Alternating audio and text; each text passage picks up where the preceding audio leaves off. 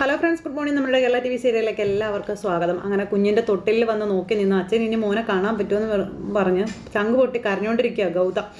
അങ്ങനെ ഗൗതം ഭയങ്കര വിഷമത്തിൽ ഇങ്ങനെ ആ റൂമിൽ നന്ദയുടെയും കുഞ്ഞിൻ്റെയും കാര്യങ്ങളും ഒക്കെ ആലോചിക്കുക. പിന്നെ പോകുന്നതിന് തൊട്ട് മുമ്പ് നന്ദയോട് പറഞ്ഞ കാര്യങ്ങൾ, നമ്മൾ തമ്മിൽ ഇനി ഭാര്യ ഭർത്തൃ ബന്ധം ഉണ്ടാവില്ല എന്നൊക്കെ ഗൗതം പറഞ്ഞ കാര്യങ്ങളെല്ലാം ഗൗതം അവിടെ നിന്ന് ആലോചിക്കുക കേട്ടോ. ആ സമയത്ത് അവിടെ ഉണ്ടായിരുന്നതെല്ലാം വലിച്ചെറിഞ്ഞ് ഗൗതം ഒരുമാതിരി ഭ്രാന്ത് കാണിക്കുക. അപ്പോഴേക്കും പിങ്കിയും ലക്ഷ്മിയും കൂടെ അങ്ങോട്ടേക്ക് വന്നു. ഗൗതം വേണ്ട വേണ്ട എന്ന് പറഞ്ഞ് അമ്മ ഓടിച്ചെന്ന് മോനെ പിടിച്ചു. അതുപോലെ തന്നെ പിങ്കിയും പിന്നാലെ ചെല്ലുക. അപ്പോൾ തൊലയട്ടെ, എല്ലാം പോയി തൊലയട്ടെ എന്ന് പറഞ്ഞ് അമ്മയെ പിടിച്ചു. ഒരു തള്ളും കൂടെ അങ്ങ് തള്ളി. അപ്പോഴേക്കും പിങ്കി വന്ന് അമ്മയെ പിടിച്ചു. ഗൗതം വേണ്ട മോനെ, വേണ്ട മോനെ, ഗൗതം വേണ്ട എന്ന് പറഞ്ഞു ഉള്ളതെല്ലാം വലിച്ചെറിയാം. അപ്പോൾ പറയുന്ന കേക്ക് ഗൗതം എന്നും പറഞ്ഞുകൊണ്ട് പിങ്കി മുഴുഭ്രാന്തനായി ഗൗതം. ശരിക്കും പറഞ്ഞു കഴിഞ്ഞിട്ടുണ്ടെങ്കിൽ ഗൗതം നീ എടുത്ത് ചാടി അവിവേകങ്ങളൊന്നും കാണിക്കരുതെന്ന് പറഞ്ഞ അമ്മ ഗൗതത്തിനോട് പറഞ്ഞു കൊടുക്കുക. എത്ര സ്നേഹമായിട്ട് കഴിഞ്ഞവരാ നിങ്ങൾ, എങ്ങനെയൊക്കെ പറയാനും പ്രവർത്തിക്കാനും കഴിയുന്നു എന്നൊക്കെ ഗൗതത്തിനോട് അമ്മ ചോദിക്കുക. അവള് പറഞ്ഞിട്ട് പോയത് എന്താണെന്ന് അമ്മ കേട്ടതല്ലേ എന്ന് ചോദിച്ചു. ശരി, അവള് ദേഷ്യം കൊണ്ട് പലതും പറഞ്ഞു. പക്ഷെ നീ എന്തിനാ അവളെ പോകാൻ സമ്മതിച്ചത്? നീ സമ്മതിക്കരുതായിരുന്നു എന്നും പറഞ്ഞ അമ്മ ഗൗതത്തിനെ വഴക്കു പറയാ. ഇതൊക്കെ കണ്ട് ആസ്വദിച്ച് നിൽക്കുക. പിന്നെ പിങ്കി അവൾക്ക് കുഞ്ഞിനെ പറ്റിയോ ഭാവിയെ പറ്റിയോ ഒന്നും ഒരു ചിന്തയും ഉണ്ടായിരുന്നില്ല എന്നും പറഞ്ഞ് നീയും അങ്ങനെ പെരുമാറാൻ പാടില്ലായിരുന്നു എന്ന് പറയുക. ഞാൻ പിന്നെ എന്ത് ചെയ്യണമായിരുന്നു എന്ന് ഗൗതം ചോദിക്കുക. ഗൗതം നന്ദയെ തടയണമായിരുന്നു, നന്ദേ കുഞ്ഞിനെങ്കിലും കൊടുത്തുവിടാൻ പാടില്ലായിരുന്നു എന്ന് പിങ്കി പറയുക. അത് കേട്ടപ്പം അതെ അത് തന്നെയാ, ആ കുഞ്ഞ് നമുക്ക് എല്ലാവർക്കും അവകാശപ്പെട്ടതല്ലേ കുഞ്ഞ് എന്ന് ലക്ഷ്മി ചോദിച്ചു. മറ്റുള്ളവരെ പറ്റി ഒരു തരുമെങ്കിലും പരിഗണന ഉണ്ടായിരുന്നെങ്കിൽ അവൾക്ക് ഇവിടുന്ന് പോകാനായിട്ട് കഴിയില്ലായിരുന്നു എന്നും പറഞ്ഞ് ലക്ഷ്മി പറഞ്ഞപ്പം ആരോടും സ്നേഹമില്ലാത്തവൾ പോകുന്നത് തന്നെയാണ് നല്ലത്, പോട്ടെ അവളെന്ന് പറഞ്ഞായി ഗൗതം. മോനെ ഗൗതം അങ്ങനെയൊന്നും പറയരുത്. എടാ നിനക്ക് നമ്മളെ പിടിച്ചു കെട്ടാൻ വയ്യായിരുന്നോ, ഇല്ലെങ്കിൽ ഏതെങ്കിലും മുറിയെ കൊണ്ട് പൂട്ടിയിടാൻ മേലായിരുന്നോ എന്ന് ചോദിച്ചു ലക്ഷ്മി. അപ്പോൾ എല്ലാ ബന്ധവും അവസാനിപ്പിച്ചത് അമ്മേ, ഞാൻ അവസാനിപ്പിച്ചതാണെന്നും പറഞ്ഞായി ഗൗതം. എന്തിനാ ഞാൻ ബലമായി പിന്നെ പിടിച്ചു നിർത്തുന്നത് ചോദിക്കുമ്പോൾ അത് നമ്മുടെ കുഞ്ഞിനെ ഒന്ന് കൊതി തീരെ കാണാൻ പോലും കഴിയുന്നില്ലല്ലോ എൻ്റെ ഈശ്വര എന്നും പറഞ്ഞായി ലക്ഷ്മി. അപ്പോഴും നന്ദയാണ് എല്ലാത്തിനും കുറ്റക്കാരി. ഗൗതം മോനെ പറ്റി ചിന്തിക്കണമായിരുന്നു, ഇപ്പൊ വിട്ടുകൊടുത്ത അതെന്നേക്കുമായി വിട്ടുകൊടുക്കുന്നത് പോലെ ആകുമെന്ന് പിങ്കി ഗൗതത്തിനോട് പറയുമ്പോൾ ഗൗതം ഇങ്ങനെ നിന്ന് കേൾക്കുക എല്ലാം. മോനെ ഗൗതം, നീ എന്ത് തീരുമാനം എടുത്താലും നിന്റെ കുഞ്ഞിനെ പറ്റി ആലോചിച്ച് വേണം നീ ആ തീരുമാനം എടുക്കാനെന്ന് അമ്മ പറയാ ഗൗതത്തിനോട്. നന്ദമോളെ അവൾ എത്ര വാശി കാണിച്ചാലും അവളെ നീ തിരികെ കൊണ്ടുവരണമെന്നും മോനെ നീ അവളെ വിളിക്കുക എന്നൊക്കെ പറഞ്ഞു. ലക്ഷ്മി ഞാൻ വിളിക്കാനോ? ഞാൻ ഒരിക്കലും വിളിക്കില്ലെന്നായി ഗൗതം. നിനക്ക് പറ്റില്ലെങ്കിൽ ഞാൻ വിളിക്കാം, ഞാൻ ഫോണിങ് തരാൻ പറഞ്ഞു ലക്ഷ്മി. എടാ ഫോണിങ് തരാൻ എന്ന് പറഞ്ഞപ്പോൾ ഫോൺ എടുത്ത് എറിഞ്ഞിട്ട് അങ്ങ് കൊടുത്തു. ലക്ഷ്മി ഫോൺ എടുത്ത് വിളിക്കുക. പക്ഷേ നന്ദ വിളിച്ചിട്ട് കിട്ടുന്നില്ല. പിങ്കി അന്നേരത്തേക്കും ഭയങ്കര കരച്ചില്ല, കൊച്ചു പോയതിൻ്റെ വിഷമം. എൻ്റെ ജീവിതത്തിൽ ഇനി നന്ദ ഇല്ല എന്നും പറഞ്ഞുകൊണ്ട് ഗൗതം തറപ്പിച്ച് ലക്ഷ്മിയോട് പറയുക. അത് കേട്ടപ്പോൾ ലക്ഷ്മി അന്തം വിട്ടിങ്ങനെ നിൽക്കുക കേട്ടോ. പെട്ടെന്നാണ് അങ്ങോട്ടേക്ക് പവിത്ര ഓടി വരുന്നത്. ഗൗതമേട്ടാന്നും പറഞ്ഞുകൊണ്ട്. അപ്പോൾ ഇവരിങ്ങനെ നോക്കുക. കാരണം പറ്റിയതുപോലെ എല്ലാ കാര്യത്തിലും നന്ദയുടെ കാര്യം വരുമ്പോൾ അങ്ങനെയാണ്. നന്ദ ഗർഭിണിയായിരുന്ന സമയത്ത് പിങ്കി പറഞ്ഞത് അറം പറ്റിപ്പോയി. ഇതേ ഇപ്പോഴും ഗൗതം പറയുന്നു അതും അറം പറ്റി പോകുന്ന രീതിയിൽ. ആ സമയം പവിത്ര വന്നത് എന്തിനാണെന്ന് ചോദിച്ചവർ ദേഷ്യപ്പെട്ട് നിൽക്കുക. എന്താ പവിത്ര എന്താണെന്ന് വെച്ചാൽ പറയാൻ പറഞ്ഞു. അപ്പോഴേക്കും നമ്മുടെ പവിത്ര ഇങ്ങനെ കയ്യിൽ നിന്ന് പോയി നിൽക്കുക. എന്താണെന്ന് വെച്ചാൽ പറയടിയെന്നും പറഞ്ഞുകൊണ്ടായി ലക്ഷ്മി പവിത്രയോട് ദേഷ്യം. പവിത്രയ്ക്ക് ഇതെങ്ങനെ പറയണമെന്ന് അറിയത്തില്ല. പവിത്ര ഇങ്ങനെ തകർന്ന് നിൽക്കുക. എടി പവിത്രയെ എന്താണെന്ന് വെച്ചാൽ കാര്യം പറയടിയെന്ന് പറഞ്ഞു. കാര്യം പറയടിയെന്നൊക്കെ പറയുമ്പോൾ അത് ഏലപ്പാറയിലേക്ക് പോയ ബസ് കൊക്കയിലേക്കും മറിഞ്ഞെന്ന്. അപ്പോഴേക്കും ഇവർ സ്തംഭിച്ചിങ്ങനെ നിൽക്കുക. പ്രത്യേകിച്ച് ഗൗതം. നന്ദേച്ചിയും മോനും യാത്ര ചെയ്ത ബസ്സാണോ എന്ന് ഒരു സംശയം പറയുന്നുണ്ടെന്ന് പറഞ്ഞപ്പോഴേക്കും വായും പൊളിച്ച് കണ്ണും മിഴിച്ച് ഇങ്ങനെ നിൽക്കുവാണ് നന്ദയും ഗൗതവും. പിങ്കിയുടെ നേരെ നോക്കുക. ഗൗതത്തിൻ്റെ നഷ്ടങ്ങളൊന്നുമില്ലല്ലോ, നന്ദ പോയാൽ പിങ്കി ഉണ്ടല്ലോ, ഏതെങ്കിലും ഒരെണ്ണം മതിയല്ലോ ഗൗതത്തിന്. ആ ഒരു നിലപാടിലാണ് ഗൗതം ഇപ്പം നിൽക്കുന്നത്. അങ്ങനത്തെ അപ്പോഴേക്കും നമ്മുടെ ലക്ഷ്മി ആണെങ്കിൽ ഭയങ്കര കരച്ചിൽ. നന്ദയോ പോയ വണ്ടിയാണെന്ന് കേട്ടത് പവിത്രയാണ് ലക്ഷ്മി ചെറിയമ്മയുടെ ദേഹത്തേക്ക് വീണാ കരയുന്നത്. അപ്പോഴേക്കും അങ്ങോട്ട് ഇവർ ഓടിപ്പാഞ്ഞു വരും വാർത്ത ന്യൂസ് നടക്കുന്നിടത്തേക്ക്. ഏലപ്പാറയിലേക്ക് പോയ ബസ് അപകടത്തിൽ പെട്ടു എന്നൊക്കെ പറഞ്ഞു. അപ്പം അങ്ങനെയുള്ള കാര്യങ്ങളൊക്കെ കേട്ടു. അപ്പോൾ കുറേ കാര്യങ്ങളൊക്കെ ഇങ്ങനെ ആ ഒരു ഇതിൽ വാർത്തയിൽ പറയാം കേട്ടോ വിവരങ്ങളൊക്കെ. അപ്പോൾ വലിയൊരു അപകടത്തിലാണ് പെട്ടതെന്നും വലിയ കൊക്കയിലേക്കാണ് വണ്ടി മറിഞ്ഞതെന്നും അങ്ങനെയാണെന്നുണ്ടെങ്കിൽ അതിലുള്ള ആൾക്കാരുടെ കാര്യം രക്ഷപ്പെടാൻ ഒരു വഴിയില്ലെന്നും കുട്ടികൾ ഉൾപ്പെടെ ഏകദേശം 40 പേര് ആ വണ്ടിയിൽ ഉണ്ടായിരുന്നതായിട്ടാണ് അറിവെന്നൊക്കെ പറഞ്ഞു. എതിരെ വന്ന ഒരു കാറിന് സൈഡ് കൊടുക്കാൻ ബസ് വെട്ടിച്ചതാണ്, അപകടത്തിൽ പെട്ടതെന്ന കാര്യമൊക്കെ പറഞ്ഞു. അപ്പോഴത്തേക്കും ലക്ഷ്മിയുടെ സമനില തെറ്റി. മോനെ മോനെ ഗൗതം, മോനെ ഗൗതം, എനിക്ക് കാണണം, എൻ്റെ കുഞ്ഞിനെ നന്ദമോളെയൊക്കെ എനിക്ക് കാണണമെന്നും പറഞ്ഞു. ഭയങ്കര ഇത് നമ്മുടെ ലക്ഷ്മി. എടാ ഗൗതം, നീ ആരെയാന്ന് വെച്ചാൽ വിളിക്കുക എന്നും പറഞ്ഞുകൊണ്ടിരിക്കുന്നത്. അപ്പോഴത്തേക്കും പിങ്കിക്ക് ഭയങ്കര ഹാപ്പിയാണ്. നന്ദ ജീവിതത്തിൽ നിന്നേക്കുമായിട്ട് ഒഴിഞ്ഞു പോയല്ലോ, പക്ഷെ കുഞ്ഞു പോയതിൻ്റെ ഒരു ദുഃഖം അത് പിങ്കിക്കുണ്ട്. അങ്ങനത്തെ ലക്ഷ്മി നെഞ്ചത്തടിച്ച് നിലവിളിയും കരച്ചിലുമാണ്. എന്നിട്ട് ഗൗതം വിളിക്കാതെ നിൽക്കുമ്പോൾ ഇങ്ങോ ഞാൻ വിളിച്ചോളാമെന്ന് പറഞ്ഞോട്ട് ലക്ഷ്മി ഫോൺ എടുത്ത് വിളിക്കുക, പക്ഷെ കിട്ടുന്നില്ല. അങ്ങനെ ആ ഒരു കുടുംബം വലിയ ദുരന്തം ഏറ്റുവാങ്ങുവാണ്. അപ്പോഴേക്കും പിങ്കി, ഗൗതം നന്ദയും കുഞ്ഞും ഒന്ന് അന്വേഷിക്കുക ഗൗതം എന്ന് പറഞ്ഞായി പിങ്കി. അരുന്തത് ഇങ്ങനെ കയ്യും ചൊറിഞ്ഞോണ്ട് അവിടെ ഇരിപ്പുണ്ട്, ഒരു അക്ഷരം പോലും മിണ്ടുന്നില്ല കേട്ടോ. എൻ്റെ കുഞ്ഞ് ഒന്ന് അന്വേഷിക്കുക ഗൗതം എന്ന് പറഞ്ഞുകൊണ്ട് പിങ്കി ഭയങ്കര കരച്ചിൽ.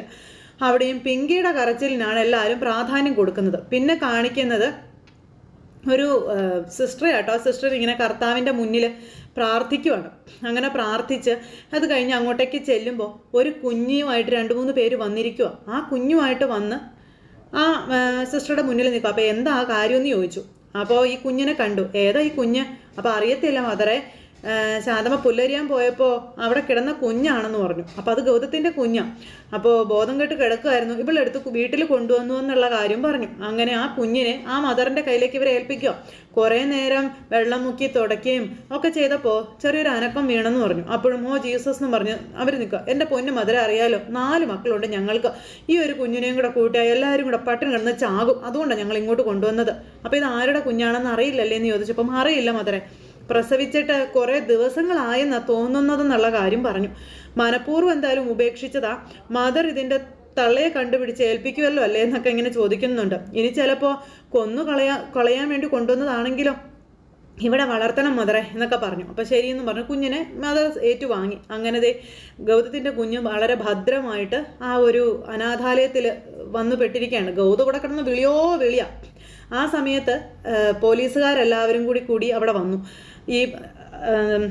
ഈ ഒരു ആക്സിഡൻറ്റ് നടന്നിടത്തേക്ക്. അപ്പോഴേക്കും ഗൗതത്തിൻ്റെ കോളും ആ പോലീസുകാരന് വന്നു. പിന്നെ ഓരോരുത്തരായിട്ട് വന്ന കാര്യങ്ങളെപ്പറ്റി പറയാം. ഈ അന്വേഷണം നടത്താനും കാര്യങ്ങൾക്കൊക്കെ കിട്ടും. വളവും തിരിവും നിറഞ്ഞ റോഡാണ് സാർ, അവിടെ പെട്ടത് ഇങ്ങനെ വലിയൊരു ദുരന്തത്തിലേക്കാണ്. പിന്നെ ബസ് കൊക്കയിലേക്ക് മറിഞ്ഞത് കൂടാതെ ബസ് കത്തിപ്പോയി എന്നുള്ളതാണ് സാർ വലിയ ദുരന്തമായിട്ടുള്ളതെന്നൊക്കെ പറഞ്ഞു. ഗൗതം തകർന്ന് നിൽക്കുക. അപ്പോഴും കുഞ്ഞിനെ എങ്ങനെയൊക്കെയോ രക്ഷപ്പെടുത്തി അനാഥാലയത്തിൽ എത്തിച്ചിട്ടുണ്ട്. അപ്പോൾ അങ്ങനെ ആ ഒരു ഇതെല്ലാം കേട്ട് ഗൗതവും സമനില തെറ്റി നിൽക്കുക. അപ്പോൾ എങ്ങനെയാണ് ഇത് സാറിനോട് ഞാൻ പറയുന്നതെന്നൊക്കെ ചോദിച്ചുകൊണ്ട് അയാൾ ഇങ്ങനെ പറയാം. പൂർണ്ണമായും ബസ് കത്തി നശിച്ചു എന്ന് പറഞ്ഞു. ഇതുവരെ കിട്ടിയ വിവരം അനുസരിച്ച് ഒരാൾ പോലും രക്ഷപ്പെട്ടിട്ടില്ലെന്നും കത്തിക്കരിഞ്ഞ നിലയിൽ കുറേ മനുഷ്യരുണ്ടെന്നുള്ള കാര്യങ്ങൾ ഇങ്ങനെ പറഞ്ഞു. അപ്പോഴത്തേക്കും ഗൗതം ഇങ്ങനെ തലയ്ക്ക് കൈ കൊടുത്ത് ഇങ്ങനെ നിൽക്കുവാണ്. പിന്നെ ബസ്സിൽ നിന്ന് തെറിച്ചു വീണ കുറേ സാധനങ്ങളും കാര്യങ്ങളൊക്കെ കിട്ടിയെന്ന് പറഞ്ഞു. അത് ആരുടെയൊക്കെ ആണെന്ന് ഐഡൻറ്റിഫൈ ചെയ്താൽ ബസ്സിലുള്ളവർ ആരൊക്കെയാണെന്ന് അറിയാനായിട്ടുള്ള ഒരു ഐഡിയ ഉണ്ടാകും. അത്രേ ഉള്ളൂ സാർ എന്ന് പറഞ്ഞു. അപ്പോഴേക്കും ഗൗതത്തിന് അതൊരു വഴിയാണല്ലോ. ഗൗതം ഇങ്ങനെ നിൽക്കുക. അപ്പോൾ സാറെന്ത് മിണ്ടാത്ത, സാർ കേൾക്കുന്നില്ലേ എന്നൊക്കെ അയാൾ ചോദിച്ചു. പെട്ടെന്ന് ഇതെന്താ റേഞ്ച് പോയോ എന്നൊക്കെ ഈ സാറ് ചോദിക്കുക. എന്നിട്ട് പിന്നെ അയാൾക്കും ആകതായി. ഈ സമയം പിന്നെ കാണിക്കുന്നത് അവിടെ ഒരു ആശ്രമത്തിൽ ഒരു സന്യാസിനിയമ്മ, ആ അമ്മ ഒരു ഡോക്ടറുമായിട്ട് സംസാരിക്കുക. അപ്പോൾ പേഷ്യൻറ്റിൻ്റെ വിവരങ്ങളും കാര്യങ്ങളൊക്കെ പറയുവാണ്. അപ്പോൾ വളരെ ഗുരുതരാവസ്ഥയിലായിരുന്നു, അവരുടെ ജീവൻ രക്ഷിക്കാനുള്ള ഒരു നിയോഗം എനിക്കാണെന്ന് തോന്നി, അതുകൊണ്ടാണ് ഇവിടെ എത്തിച്ചതെന്നും പറഞ്ഞു. അങ്ങനെ അപ്പോൾ അതിനപ്പുറം അവളെപ്പറ്റി ഒന്നും എനിക്ക് അറിയില്ല എന്ന് പറഞ്ഞു. അപ്പോൾ വേറൊന്നുമല്ല, ഒരു ആശ്രമത്തിൽ നന്ദയും അനാഥാലയത്തിൽ നമ്മുടെ കുഞ്ഞും എത്തി. അപ്പോൾ പറ്റുന്നത്ര ശ്രദ്ധയും കരുതലും കൊടുക്കുക. അപ്പോൾ നമുക്ക് ചെയ്യേണ്ട കാര്യങ്ങൾ നമ്മൾ ചെയ്യുക എന്നും പറഞ്ഞിങ്ങനെ പറയുവാണ്. അപ്പോൾ അങ്ങനെ അവർ തമ്മിൽ ഈ കാര്യങ്ങളെല്ലാം സംസാരിച്ചു. ഇതെല്ലാം കഴിഞ്ഞതിന് ശേഷം പിന്നെ കാണിക്കുന്നത് ഗൗതം ഒരു ഓഫീസറുടെ അടുത്ത് വന്നിരിക്കുക. ചില ട്രാവൽ ഏജൻസികളിലൊക്കെ അന്വേഷിച്ചിരുന്നു. അവരുടെ കയ്യിൽ അതാത് ട്രാവൽ ഏജൻസികളിൽ നിന്ന് ബുക്ക് ചെയ്തവരുടെ നമ്പറുകൾ മാത്രമേ ഉള്ളൂ എന്ന് പറഞ്ഞു. ഇവിടെ അന്വേഷിച്ചാൽ എന്തെങ്കിലും വിവരങ്ങൾ കൂടുതൽ കിട്ടുമോ എന്നറിയാൻ വന്നതാണെന്നൊക്കെ ഗൗതം പറഞ്ഞപ്പം, സാർ ബസ് ഏതാണെന്നും റൂട്ട് ഏതാണെന്നൊക്കെ പറഞ്ഞിരുന്നെങ്കിൽ. അപ്പോൾ നമ്മുടെ ഗൗതം ഈ കാര്യങ്ങളെല്ലാം പറഞ്ഞനുസരിച്ച് അവരിങ്ങനെ നോക്കുക. അപ്പോൾ അങ്ങനെ ആ ഒരു കാര്യങ്ങളെപ്പറ്റി എല്ലാം പറഞ്ഞപ്പോൾ അതിൽ നന്ദ എന്ന് പറയുന്ന പേരുണ്ടായിരുന്നു. അപ്പോൾ ഗൗതം ഞെട്ടി. അത് സാറിൻ്റെ ആരാണെന്ന് ചോദിച്ചപ്പം അത് എൻ്റെ വൈഫാണ് എന്ന് ഗൗതം പറഞ്ഞു. അയ്യോ, അവരുടെ കയ്യിൽ ഒരു കുഞ്ഞുണ്ടായിരുന്നല്ലേ? അപ്പോൾ ഉണ്ടായിരുന്നു എന്ന് അദ്ദേഹം പറയാം. ഞങ്ങളുടെ മകനാണെന്ന് പറഞ്ഞപ്പം എൻ്റെ അടുത്ത് വന്നിരുന്നു സാർ. എന്നിട്ടോ കുഞ്ഞിന് ടിക്കറ്റ് വേണോ എന്ന് ചോദിച്ചു. ആളാകെ എന്തോ ഒരു ടെൻഷനിലായിരുന്നു എന്ന് പറഞ്ഞു. അതിൻ്റെ ഒന്നും ആവശ്യമില്ല എന്ന് ഞാൻ പറഞ്ഞു. പക്ഷെ അവർ വന്ന സമയത്ത് ടിക്കറ്റ് അവൈലബിൾ ആയിരുന്നില്ല സാർ എന്ന് പറയുമ്പോൾ ആ ബസ്സിൽ നന്ദയും മോനും കയറിയിട്ടില്ലായിരുന്നല്ലേ എന്ന് ചോദിച്ചു. ആ സമയത്ത് അദ്ദേഹം ഇങ്ങനെ ഇരിക്കുക. അപ്പോൾ താങ്ക് യു പറഞ്ഞിരിക്കുമ്പോൾ thank you for the information എന്ന് പറഞ്ഞപ്പോൾ ജസ്റ്റ് മിനിറ്റ് സാർ എന്ന് പറഞ്ഞ ഒരു റെക്കോർഡ് അയാൾ നോക്കി. അപ്പോൾ ആ റെക്കോർഡിൽ നോക്കുമ്പോൾ വേറെ ടിക്കറ്റും കാര്യങ്ങളും ഉണ്ട്. അപ്പോൾ അതേ ഒരു ക്യാൻസലായ സീറ്റ് ഞാൻ അവർക്ക് കൊടുത്തു എന്ന് പറഞ്ഞു. ഗൗതം ഞെട്ടി. അപ്പോൾ തീർന്നു എന്ന് ഗൗതം ഉറപ്പിച്ചു. സാർ ഇത്രയും വലിയൊരു ദുരന്തത്തിലേക്കാണ് അവർ യാത്ര ചെയ്തത്, നമ്മൾ അറിഞ്ഞില്ലല്ലോ സാർ എന്ന് പറഞ്ഞുകൊണ്ട് അയാൾ ഗൗതത്തിനെ സമാധാനിപ്പിക്കുക. അപ്പോൾ ഗൗതം ഇപ്പോൾ ഇന്ന് കണ്ണീരൊഴുക്കിയിട്ട് വല്ല കാര്യമുണ്ടോ? ഇരുന്ന് കരച്ചില്ല. പക്ഷേ ഈശ്വരൻ അവരുടെ ജീവൻ എടുത്തില്ല. അത് ഈ പൊട്ടനും പൊട്ടുമാരൊന്നും അറിയുന്നുമില്ല. അപ്പോൾ എന്തായാലും ഇതെല്ലാം കേട്ട് ഇങ്ങനെ മനസ്സ് മരവിച്ച് ഗൗതം അവിടുന്ന് പോകുക. നന്ദയാണെന്നുണ്ടെങ്കിൽ അവിടെ ഇങ്ങനെ കിടക്കുന്നു. പക്ഷെ കുഞ്ഞ് എവിടെയാണെന്നോ ഏതാണെന്നോ ഒന്നും അറിയില്ല. ഈ സമയത്ത് പോലീസ് സ്റ്റേഷനിൽ അച്ഛനും അമ്മയും മകനും കൂടെ വന്നിരിക്കുക, അവരുടെ സാധനങ്ങളൊക്കെ ഏറ്റുവാങ്ങാനായിട്ട്. അങ്ങനെ വന്നു. അങ്ങനെ സാധനങ്ങൾ, അതായത് കുഞ്ഞിൻ്റെ ടവലും ടർക്കിയൊക്കെ കണ്ട് ചങ്ക് പൊട്ടി ഇങ്ങനെ അവർ നിന്ന് കരയും. അപ്പോൾ ടവലിലും ടർക്കിയിൽ രക്തമൊക്കെ പറ്റിയിട്ടുണ്ട്. ഗൗതം അതൊക്കെ ഇങ്ങനെ കയ്യിൽ ഇറുക്കി പിടിച്ച് ഭയങ്കര കരച്ചിൽ. എന്നിട്ട് അത് മേടിച്ച് ഭയങ്കര കരച്ചിൽ ഉമ്മയൊക്കെ കൊടുത്ത്. എന്നിട്ട് നന്ദ ഇറങ്ങി പോകുന്ന നിമിഷത്തെ കാര്യങ്ങൾ ഗൗതം ഇങ്ങനെ ആലോചിക്കുക. അങ്ങനെ ഗൗതം പാടെ തകർന്നു പോയി. പറഞ്ഞു തീർന്നില്ല, തൊട്ടടുത്ത നിമിഷം തന്നെ നന്ദയുടെ ഫോട്ടോ ഇന്ദീവരത്തിൽ മാലയിട്ട് തൂങ്ങിക്കഴിഞ്ഞിരിക്കുന്നു. എല്ലാവരും എന്നിട്ട് ഈ ഫോട്ടോയിൽ നോക്കി ഇങ്ങനെ ഇരിക്കുക കേട്ടോ. പ്രത്യേകിച്ച് ഗൗതം ആ ഫോട്ടോയിൽ നോക്കി കരയും. ഒരാഴ്ച കരയും. അടുത്ത ആഴ്ച പിങ്കയെ കെട്ടിക്കോളാൻ വല്യമ്മ പറയും. ഗൗതം പിങ്കയെ കല്യാണവും കഴിക്കും.